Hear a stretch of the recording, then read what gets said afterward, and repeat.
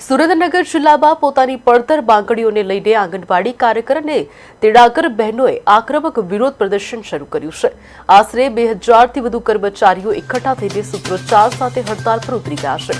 આંદોલનકારી બહેનો દ્વારા મુખ્યત્વે પગાર વધારો અને જૂના ફોનના સ્થાને નવા ફોન આપવાની માંગણી કરવામાં આવી છે। વિરોધ પ્રદર્શનના ભાગરૂપે આંગણવાડી વર્કર બહેનોએ મોટી સંખ્યામાં એકઠા થઈ જિલ્લા કલેક્ટરને આવેદનપત્ર પાઠવ્યું।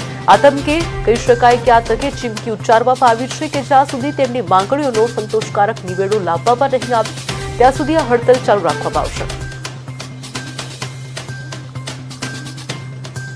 અમે લોકો આજે જે ભેગા થયા છે એનો મુખ્ય ઉદ્દેશ એક જ છે કે હાઈકોર્ટે અમને ચુકાદો આપ્યો છે કે વર્કરને 24,800 અને હેલ્પરને 20,300 આ ચુકાદો આપ્યા છતાં સરકારે આજ દી સુધી અમલ નથી આપ્યો। તો સરકારને અમારા આ પગાર ચુકાદો આપવા માટે અમારો પગાર વધારો દેવા માટે શું વાંધો છે એ જ અમને ખબર પડતી નથી કે અમારું જો કામ કરાવવું હોય તો કામ પ્રમાણે અમને વેતન આપો અને અમે સરકાર પાસે ભીખ નથી માગી રહ્યા, અમે અમારા કામનું વળતર માગીએ છીએ, મહેનતાણું માગીએ છીએ।